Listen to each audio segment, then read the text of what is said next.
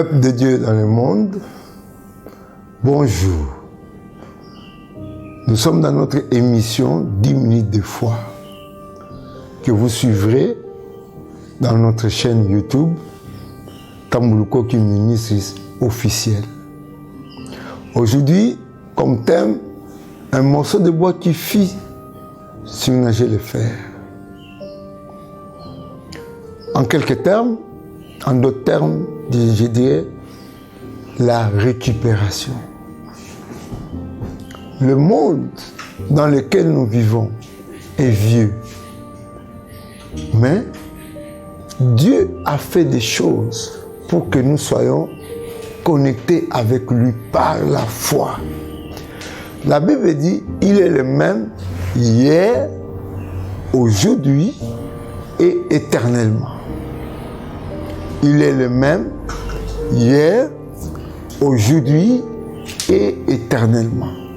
Donc, dans l'Ancien Testament, il est. Dans le Nouveau Testament, il est. Et dans la, comme on dirait, dans l'éternité, il est. Dans le futur, il est. Ces choses-là que je vous dis aujourd'hui, maintenant, il est le même, a plus de valeur que la phrase. La connaissance de il est le même, c'est Dieu est le même.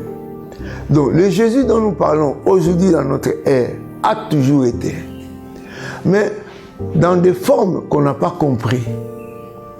Je vais vous lire quelque chose. Les fils des prophètes dirent à Élisée, voici le lieu où nous sommes assis devant toi, et trop étroit pour nous. Allons jusqu'au Jourdain, nous prenons là chacun une poutre et nous nous y ferons un lieu d'habitation. Ce sont des gens de projet. Élisée répondit, allez. L'un d'eux dit, consens à venir avec tes serviteurs. Il répondit, j'irai. Il partit avec eux. Arrivé au Jourdain, il coupait du bois. La Bible dit, et comme l'un d'eux abattait une poutre, le fer tomba dans l'eau. Il s'écria, ah, mon Seigneur, il était emprunté. L'homme de Dieu dit, où est-il tombé? Il lui montra la place. Alors, Élisée coupa un morceau de bois, le jeta à la même place et fit surnager le fer. Puis il dit, enlève-le. Et il avança la main et le prit. Nous sommes devant une réalité. Ce texte, nous le localisons dans l'Ancien Testament. Mais c'est le Jésus du Nouveau Testament qui était là. Je vous ai dit, et je vous dis toujours dans mes prédications, l'époque où le prophète était à l'avant-plan, tous ceux qui le suivaient étaient appelés le fils des prophètes. À notre époque aujourd'hui, c'est le Fils qui est à l'avant-plan, le Christ. Et nous sommes chrétiens. Nous émanons de lui. À cette époque-là, on ne pouvait pas avoir un chrétien parce que c'était le prophète qui était là. Ces gens voulaient aider les prophètes. La maison, le lieu, le ministère n'avaient pas de grâce, de bénédiction. Ils ont trouvé qu'ils étaient à un endroit trop petit. C'est eux qui devaient élargir la place. Allons couper du bois. Qu'est-ce qu'ils disent aux prophètes? Prophète, permets-nous d'aller. L'homme de Dieu dit, allez. Mais dans le Nouveau Testament, le même Christ a dit aux apôtres, allez. Allez dans toutes les nations. Guérissez les malades. Allez. Donc il y a un go qui nous a été donné. Ils sont partis. Et quelque part, quelqu'un dit, mais viens avec nous. Et il a dit, j'irai.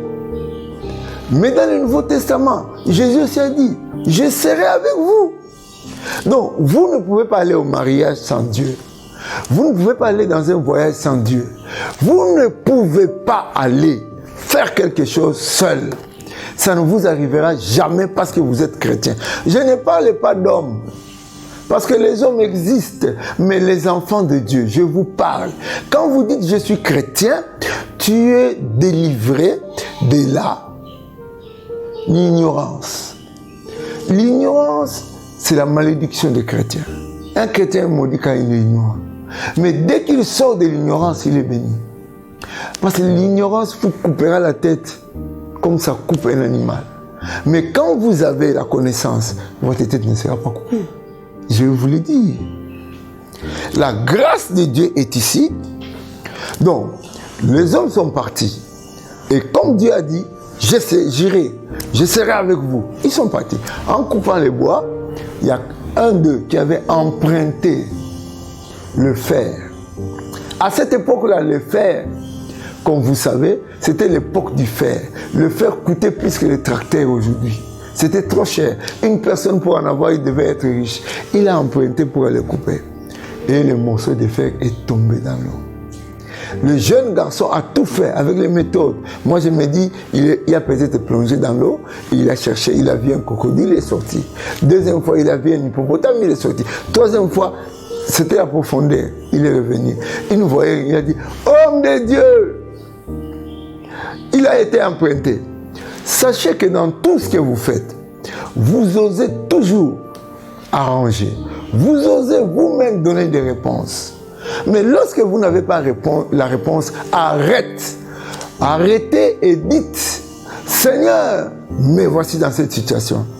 Président de la République, ça ne va pas, appelle Dieu.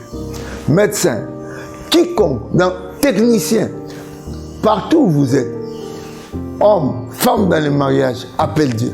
N'allez pas appeler les charlatans. N'allez pas chercher des méthodes anciennes. Il y a un Dieu qui est actuel. Donc, il a montré la place. Où est-ce que c'est tombé? Nous devons toujours dire à Dieu, là où nous avons commis les erreurs. Adam a dit à Dieu. Ève a dit à Dieu. Et on a montré là où il est tombé. L'homme a pris le morceau de fer, le morceau de bois qu'il a jeté là-bas. Il y a eu le surnagement du fer. Ici à Kinshasa, vous avez un bateau qui est tombé quelque part. On n'a pas sorti. C'est dans l'eau. Mais alors qu'il y avait tout pour l'amener dehors. Mais un morceau de bois qui est ramené par un morceau de fer qui est ramené par un morceau de bois. C'est extra. Donc quand le fer était l'eau était là, le bois est tombé là où le fer était avalé par l'eau, le fer est revenu. L'aimant. Pan. L'homme dit ceci. L'homme de Dieu ne dit pas laisse que moi, le Tout-Puissant, je prends. Non. Avance ta main et prends le morceau de fer. La main que vous avez, toi et moi, pour prendre quelque chose qui a été perdu, c'est la foi. Sur la croix qui est le bois, Jésus est mort. Il a donné les réponses à tout. Donc, tout est accompli. Jésus l'a cité. Tout est accompli. Croyez que tout ce qui est perdu redevient maintenant. Croyez que la santé que tu as perdue redevient maintenant. Sachez-le que l'Éternel est mon berger, je ne manquerai de rien.